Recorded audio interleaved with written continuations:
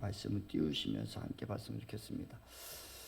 예배소서 말씀은 하나님의 입장에서 우리는 하나님의 아들이 되게 하셨다라고 말씀하시고, 우리를 그것은 예수 그리스도께서 십자가에 못 박혀 돌아가시고 속량하시고 그래서 우리 다 치러주셔서 우리 하나님의 아들이 되심을 말씀해 주셨잖아요. 그러면서 하나님께서 우리를 하나님의 보좌 우편에 앉으셨고, 예수님께서 머리 되시고 우리가 그의 지체되는 것이 교회다라고 말씀하셨어요. 그러면서 예수님께서 화목하게 지내라고 말씀하시고, 왜냐하면 예수님께서 십자가에 못 박혀 돌아가시고 하나님과의 관계를 회복하고 또 너희들도 화목의 영을 주셨다라고 말씀하셨어요. 그러면서 우리에게 이제 새 사람을 입으라고 말씀하시는 거예요. 저와 여러분들은 이제 많은 사람들이 이야기하는 성도라고 표현을 해요. 성도들은 구별된 사람이란 뜻이에요. 이제 우리는 예수 그리스도를 믿음으로 말미암아 우리는 구별된 사람이 이미 되어진 거예요. 그래서 우리가 어제 저도 이번에 5월 6일 날 그 신학교에서 소풍을 간다 해서 제가 한 번도 참석 안 했었는데, 요번에는 성막을 간다 해서 그럼 나도 한번 가자고 해서 따라갔다 왔었거든요. 평택에 있는 성막을 갔었어요. 근데 여러분들이 보시다면 거기서 목사님이 이제 주로 이제 설명하신 게 이런 거 있었어요. 성막에 문이 처음 들어가는 문은 넓은 문이거든요. 그렇죠? 성막 문은 처음에는 넓어요.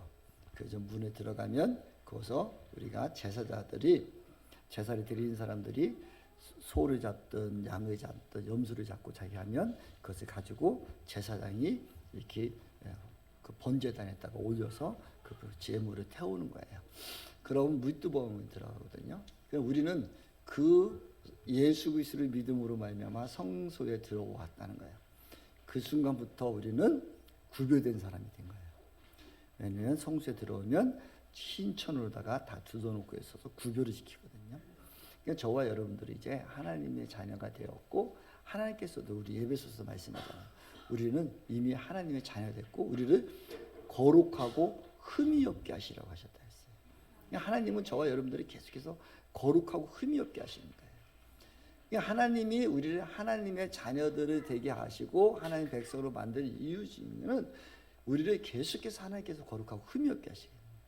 그러니까 우리는 계속 거룩하고 흠이 없는 자가 돼서 우리는 이제 구별된 삶이 살아야 돼요. 이게 새 사람이란 말이에요. 그 구별된 삶이 그러면서 들어갔는데, 성소에 들어가는 그 성막에 들어가서 그 안에 성소로 들어가잖아요.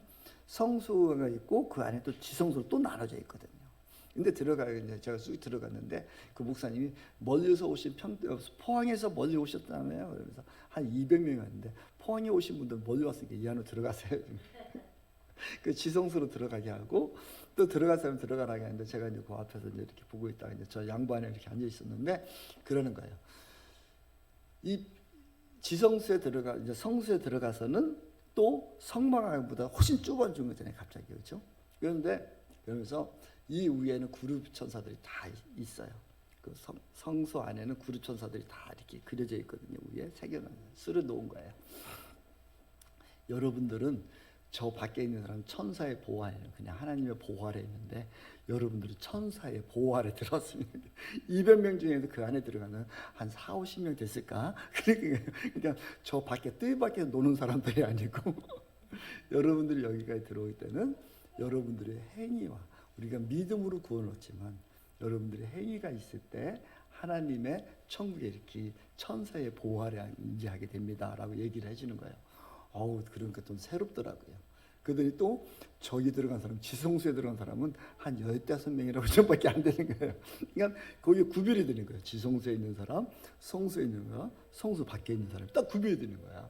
그러면서 저기 안에 있는 사람은 천사의 보호 아래 하나님의 임재 가운데 가득 들어있는, 그렇게 얘기하면서 여러분들이 하나님 앞에 우리가 신앙생활하면서 이렇게 하나님의 임재 속으로 들어가는 천국을 침노하는 사람이 됐으면 좋겠습니다. 이렇게 쭉 설명을 하시는데 제가 지금 깜짝 놀랐었어요. 또 이렇게도 볼 수 있구나, 이렇게 봤어요.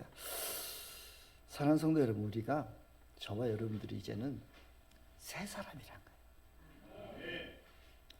그럼 새 사람은 새 사람다운 마음도 가져야 되고 우리의 삶의 모습이 나타나야 돼요. 그래서 자꾸 하나님과 가까이 가는 사람. 그래서 제가 오늘 결론을 먼저 말씀드리면 하나님을 경외하는 사람입니다. 하나님이 두렵고 떨림으로 우리가 늘 보아야 돼. 그래서 우리의 양심에 조금이라도 문제가 있든지 우리가 있을 때 그 하나님을 경외하고 하나님 앞에 자꾸 서는 사람은 자꾸 우리의 민낯이 자꾸 보이거든요. 내가 어디에 지금 두고 있는가, 내 삶에 나의 모습이 나의 중심을 어디로 향하고 있는가가 다 보여지는 거예요. 근데 이 하나님 앞에서 우리가 하나님의 그 임재 가운데 있었는데, 그런데 제가 놀라운 것은 거기 하면 사진 찍지 마세요 막 그런데 우리 많은 사람들이 갔는데 그 성수에 안 들어온 사람들은 밖에서 다 사진 찍고 앉아 있었더라고요.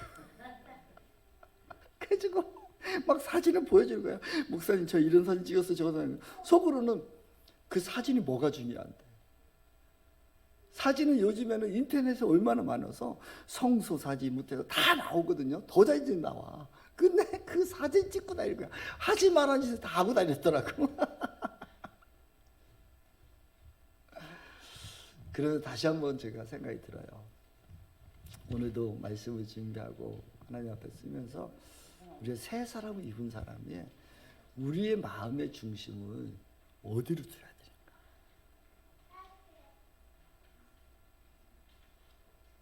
그 안에 들어가서 설명을 들은 사람들은 아무도 저도 옆에 신학생들이 없었으면 하면 저도 지성소 들어갈 걸 왜 내가 여기 있어 이런 생각이 들었었거든요. 신학생들이 자꾸 옆에서 저한테 질문도 하고 하니까 그것도 가르쳐드리고 또 그 사람 목사님 설명도 잘 듣고 해야 되니까 제가 지성소를 못 들어가고 이런 의미가 있다면 한번 그냥 나도 지성소까지 한번 들어갔다 나올 거야. 물론 들어갔다 나왔기 때문에 끝나고도 들어갔다 나왔지만 구경하느라 보고 왔지만 그런 마음이 있는 거예요. 그래서 성막 밖에 있는 사람들은 그 얘기를 얼마나 들을 수 있었을까. 우리가 신앙생활하면서 저 여러분들이 새 사람이 되었다면 이제 우리가 자꾸 하나님을 경외하는 사람입니다. 나를 성점 삼고 계시고 주님 나와 함께하게 계시고, 그럼 우리가 어떻게 살아가야 될까? 이거에 대해서 지난주에 새 사람인 사람들은 지혜롭게 살고 때를 아끼고 술 취하지 말고 성령에 충만하라고 말씀하시죠. 그리고 감사하는 삶이 되고. 그러니까 우리 안에 감사가 떨어지면 떨어질수록 우리는 어쩌면 자꾸 늘 밖에 있는지도 모르고. 그러니까 하나님이 우리가 왕으로 계신 그 하나님 앞에 우리가 그 하나님을 경외하고 있으면 하나님이 우리의 삶을 다 책임져 나가요. 지금 인도나 스리랑카나 아니면 카타르나 수많은 사람들이 나라들이 지도자를 잘못 만나니까 엉망이 되는 거 아니겠어요? 정말 나라와 민족을 그런 것처럼 우리가 우리의 저와 여러분들 안에는 하나님이 계신단 말이에요. 하나님 우리의 왕이시란 말이에요. 그 이 하나님이 우리를 온전케 하실 것이고 하나님께서 가장 좋은 길을 우리 인도하실 거거든요. 그래서 우리는 내가 새 사람이 되었다는 것은 하나님이 예수 그리스도가 나의 삶의 주인이시고 어떤 세상의 어떤 것보다도 가장 윗등되시고 모든 세상 만물을 다스리시고 창조주시는 말이에요. 근데 자꾸 어떤 세상의 유혹이라든가 하는 세상 사람들의 어떤 그 간섭과 습관에 따라서 우리의 마음을 뺏기서는 안 된다고. 오직 하나님이 나의 주인 되시고 아버지가 모든 걸 다스리는 것을 삶을 살다 보면 우리는 당대함이 있고 그 말씀대로 살아갈 때 하나님 복 주시고 채워주시거든요. 하나님 무엇보다도 우리를 높여주기를 원하시고 우리 세워주시기를 원하는 거예요. 그것이 나타나는 것이 우리의 삶의 모습이란 말이에요. 그래서 저와 여러분들이 이제는 예수 중심의 삶을 살고 하나님이 나의 중심에 있다. 그래서 오늘 그 세 사람을 입은 사람들이 말씀하시고 더 구체적으로 아내들이여부터 시작을 해가지고 가정의 부부의 이야기를 시작하시거든요. 그래서 바울은 아내들에게는 너는 죽게 하듯 남편에게 하라. 남편을 존중하라고 얘기하고 있고, 또 그 존중이 단순한 순종과 그 복종의 의미가 아니라 하나님 예수 그리스도를 경외하는 것과 같이 너희들이 그런 질서를 존중히 여기라는 것. 이 땅 가운데 사실 제가 하나님의 모든 역사는 질서거든요. 하나님이 이 질서를 세우는 것은 너무나 중요한 거예요. 그래서 우리가, 제가 늘 말씀드리지만, 우리가 어디를 가든지 우리가 있을 곳이 무엇이고 우리가 무엇을 할 것인가 다 질서를 존중. 이 질서를 존중해주고 나갈 때 하나님은 더 많은 것을 부어주시고 채워주시게 되거든요. 그리고 남편들에게는 네가 주께 사랑하는, 예수님을 사랑한 만큼 너도 사랑하라, 아내를. 그러니까 우리가 아내를 얼마나 사랑하느냐에 따라서 그 사람이, 남편들이 하나님 얼마나 사랑하는가 나타나요. 이게 우리가 남편들이 신앙심이 좋아야 되는 이유 중에 하나가, 하나님 앞에 온전히 쓴 사람은 가정을 그렇게 다스리는 거고, 또 아내를 그렇게 사랑하는 거예요. 그래서 이런 부부 관계가 그냥 하나로 어떤 계약하는 것처럼 되는 것이 아니라 하나님의 약속으로 이어진 거예요. 그래서 너희들은 남편의 권위를 세우고 아내들에게는 또 실내에서 부부관계에 서로 간에 그리스도의 그 신비를 함께 느끼고 함께 하라고 말씀하셨어요. 저희들이 여기부터 시작됐으면 좋겠어요. 또 두 번째는 자녀와 부모의 관계를 얘기하거든요. 자녀들에게는 부모님에게 순종하라고 얘기해요. 또 부모들은 자녀들을 노엽게 하지 말아요. 그래서 제가 늘 예전에 많이 얘기했었잖아요. 잔소리하지 마라. 사실은 제가 이렇게 보면은 부모님들이 자식들에게 너 공부해라, 뭐 해라, 어떨 때 이렇게 보잖아요. 저도 예전에 가만히 보면은 내가 뭐 하려고 하는데 이 녀석이 막 게임하고 있으면 빨리 공부해! 라고 자기 하고 싶은 거 하고 싶어. 진짜 이 아이가 공부하기 바라는 게 아니라 내가 귀찮으니까 애들 공부하라고 하고 잔소리해. 근데 사랑이라고 얘기해. 특히 다른 손님이 오면 더 그래. 진짜로 그래서 제가 우리 부모님들도 우리의 그 가슴에 손을 얹고 자꾸 생각해 보라는 거예요. 내가 잔소리를 하고 있는지 진심을 섞여서 우리 자녀들에게 이야기하고 있는 거예요. 제가 목회 카드에도 썼지만 우리 손주도 이번에 그 어린이날 다 와가지고 제가 선물을 사주는데, 우리 이제 두들 안 지냈지, 우리 애중이 세이가. 그렇지? 세이 몇 개월이지?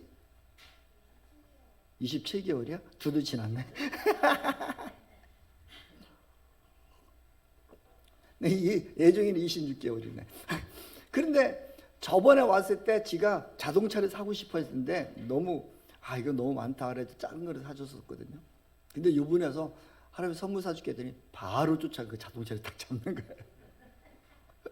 몇 달 만에 왔는데 저는 그거 사고 싶었던 거예요. 그걸 잡는 거를 보면서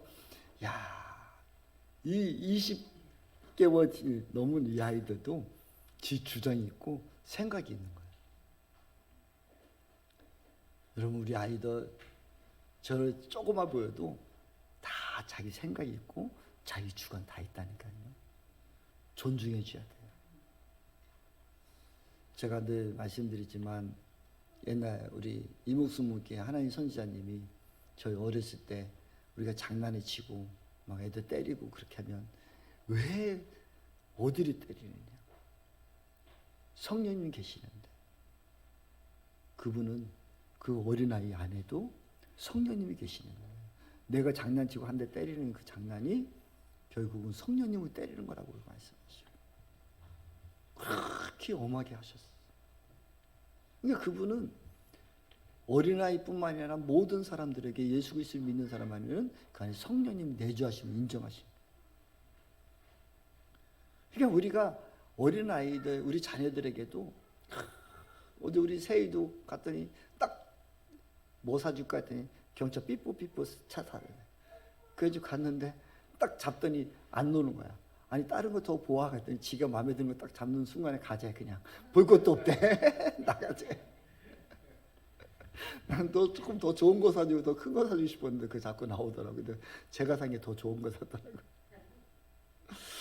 근데 그런 생각들이 다 있단 말이에요. 우리 아이들을 자꾸 존중해주고 인정해주고 그 아이를 보살펴줘야 돼. 우리는 생각에 우리 아이들보다도 내가 더 옳고 내가 다 옳은 것 같지만 그 아이들의 관점은 좀 달라요. 특히 이제 중학교, 고등학교 이렇게 막 넘어가면 저는 결단한 것이 있는데 저는 이제 우리 아이들 말을 다 따르기로 결단했거든요. 선택할 때 우리 아이들의 이야기를 더 많이 존중하자고 저는 결단하기로 꽤 오래됐어요. 왜냐하면 저보다도 더 똑똑하더라고요.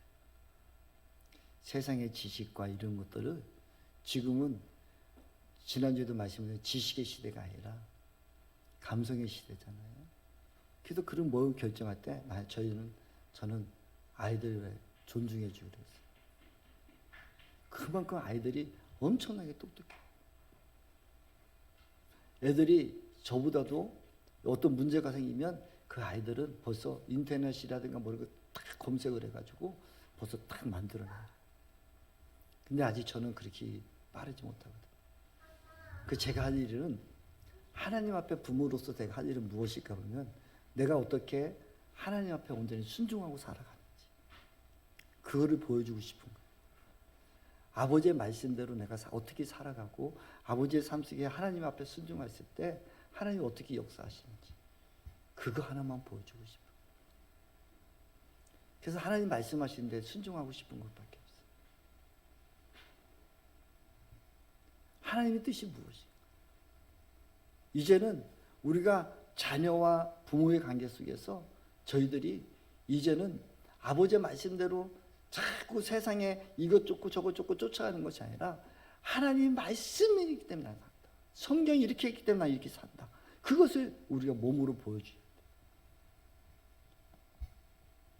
그 신앙생활을 보여주지 않으면 지금 이 급박한 시대에 이 어려운 시기에 신앙 놓쳐버릴 수도 있고요. 또 우리는 천국을 분명히 아는데 천국이 하나님이 영원한 나라에 살아가서 우리에게 주신 그 축복을 알고 있는데 이 땅에서 지금 우리가 쌓을 수 있는 시간은 지금 이 시간밖에 없잖아요. 그것을 보여주고 우리가 그 천국의 삶을 그 소망을 두고 사는 그 삶을 살아가는 모습을 보고 아이들이 신앙을 잃지 않게 그 따라가야 되거든요. 그 우리가 천국의 소망을 분명히 여러분들이 이 땅 가운데 누리는 삶 되기를 소망하기 원합니다. 이제는 돈 별로 없어도 충분히 살 수 있어요. 조금 불편할 수도 있겠지만 진짜는 우리 안에 얼마나 행복이 있는 거예요. 근데 자꾸 내가 물질이나 명예나 뭐 이런 거에 자꾸 쫓아가다면 그 사람들 같이 불평한 게 어디 있어요? 그 마음 얼마나 날마다 아기 다툼으로 싸우고 서로 네가 좋네 내가 하며 서로 싸우고 있는 그 모습 그 얼마나 그 마음이 불편해.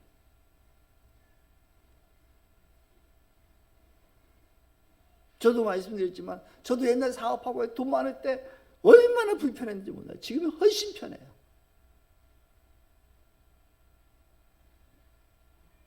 잠시 조금 불편한 거는 있는 것은 내가 뭐 이거 예전에는 이거 하고 싶으면 하고 싶고 뭐 그러면 됐지 뭐 이렇게 했는데 조금 그런 부분은 불편해요. 그렇지만 마음에 진정한 행복은 지금같이 행복할 때가 없어요. 우리가 이 행복을 우리 아이들이 여러분들 마다 아기 다툼하고 싸우는 것보다 그 안에 행복한 게 더 낫지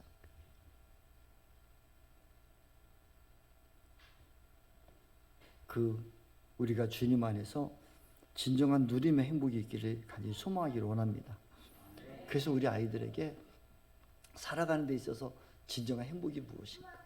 그것은 예수 그리스도를 믿고 예수 그리스도 안에서 주시는 그 기쁨과 평강을 여러분이 가시적인 기쁨과 평강이 아니라 하나님으로 인한 그 주신 그 기쁨을 누리고 평안을 누릴 수 있는 여러분들에게 소망하기 원합니다.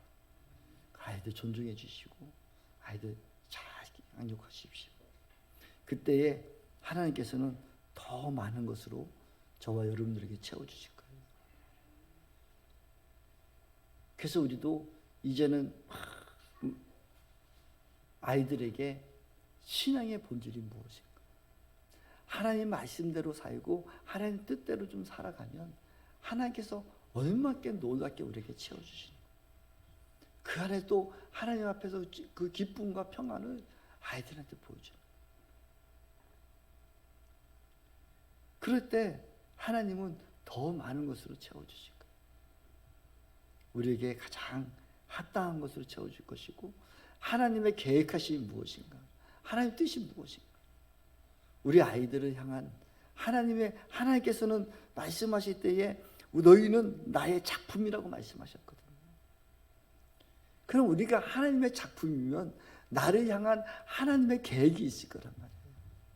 우리가 이 하나님 계획대로 지금까지 살아오지 못했다면 우리 자녀만큼이라도 하나님의 계획대로 살아갈 수 있게끔 우리가 그 길을 열어준다는 거예요.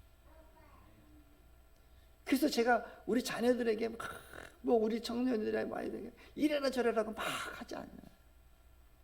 하나님 앞에 자꾸 기도하고 하나님의 뜻대로 좀 사용해 주시고 하나님의 계획 속에 좀 넣어주십시오.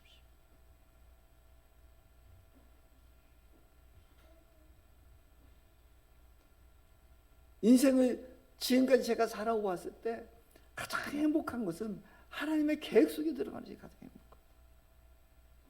하나님 뜻 가운데 사는 게 가장 행복합니다. 이것을 알았기 때문에 내가 내 나름대로 어떤 비전, 예전에 우리 교회 성도님 중에 한 분 다른 교회로 가신 분 중에 목사님 왜 비전을 제시하려니까 왜 애들에게 더 꿈을 제시하지 않을까? 그런 그 비전, 그 꿈이 내가 제시하고 그들에게 뭐 이거 해라 저거 해라 그 비전과 꿈이 잘못하면 그의 인생을 망칠 수 있는데 내가 어떻게 그것을 함부로 할 수 있겠어요? 저는 그것이 싫더라고요.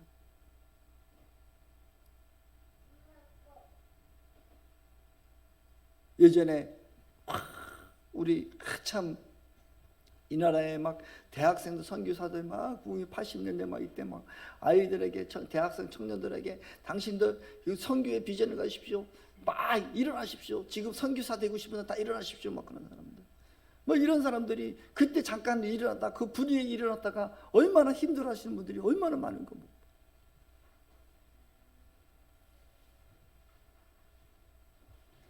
저도 하나님 저에게 했는데 그런 비전과 꿈이 그 삶의 인생을 짓누르고 있을 수도 있다니까요.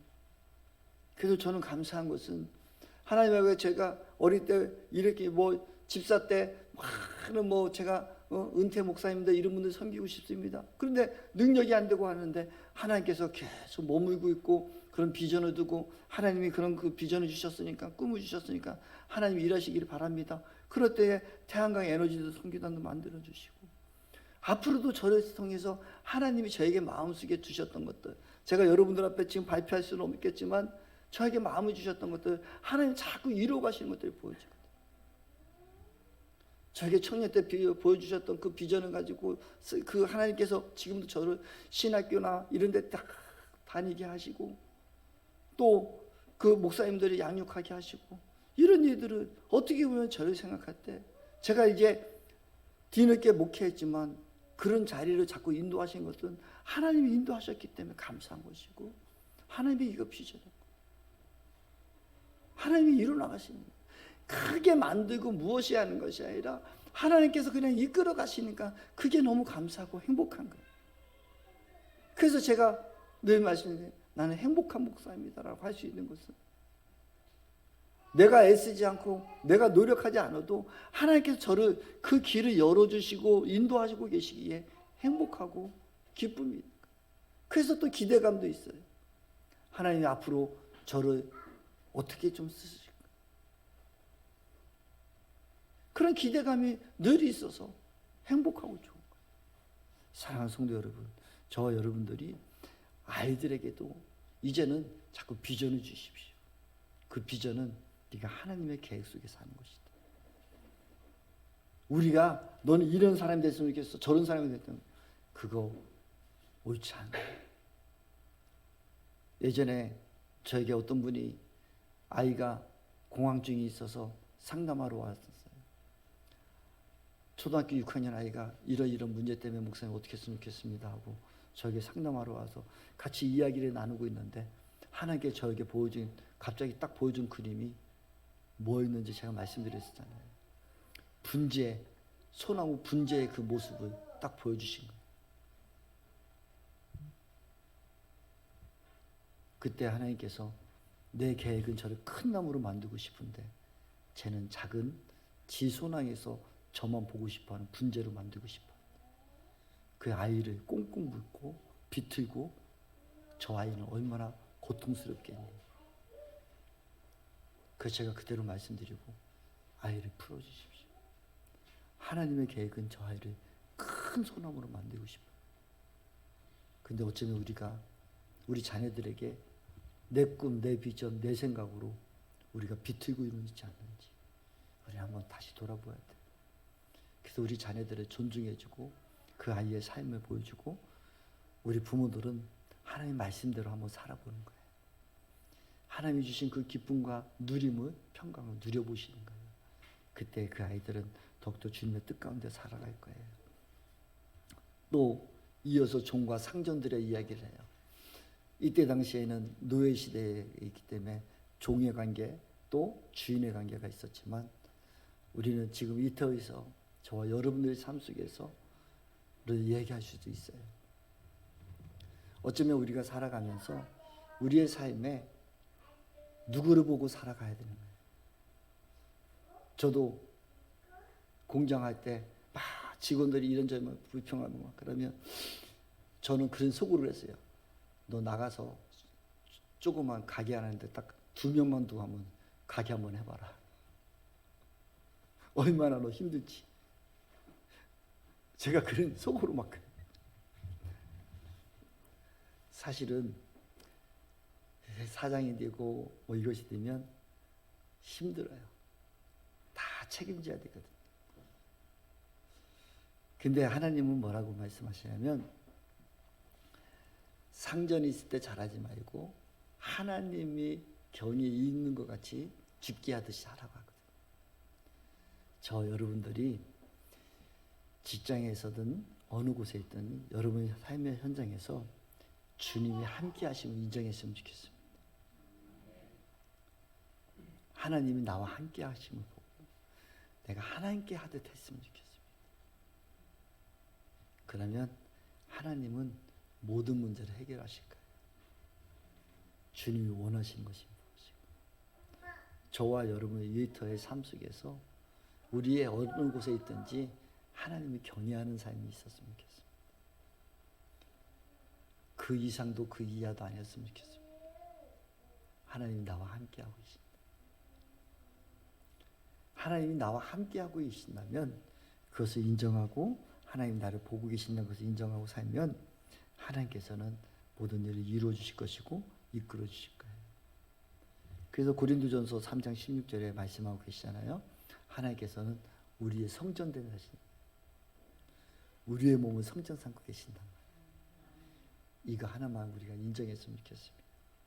그럼 우리는 하나님을 경외하는 삶이 될 거예요.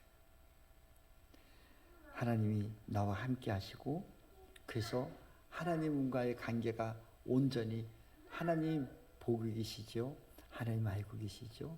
하나님 내 마음 아시죠? 주님은 그때마다 알고 있어. 내가 함께하고 있잖아. 두려워 말라. 내가 너를 도우리라. 하나님 한 분만으로 우리 만족하고 하나님의 경외함이 나와 함께 하심을 우리가 인정한다면 우리의 삶에 부부관계의 삶, 자녀의 삶, 일터의 삶에서 우리 안에는 기쁨이 있을 것이고 그 모든 것을 하나님께 내어드릴 수 있을 것 같아요. 그래서 하나님은 예수 그리스도의 중심으로 살아가는 관계를 가지고 있는 저 여러분들 보기를 원하십니다.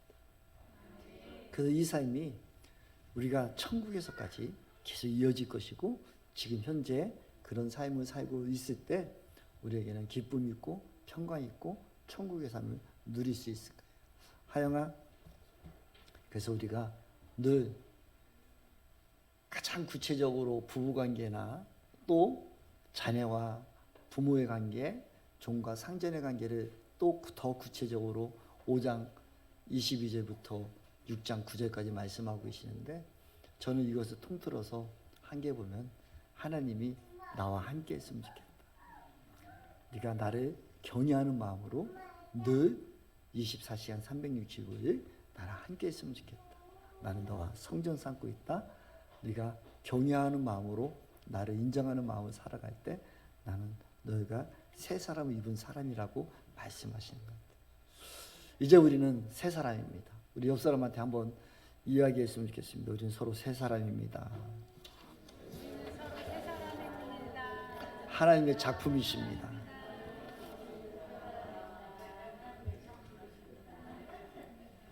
우리는 새 사람이 되었고 하나님의 작품으로 우리가 거룩한 성도로 하나님을 인정하고 하나님을 경외하는 삶을 삽시다.